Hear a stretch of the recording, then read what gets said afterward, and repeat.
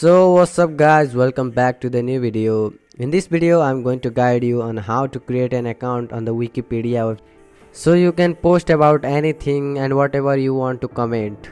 So let's get to the point.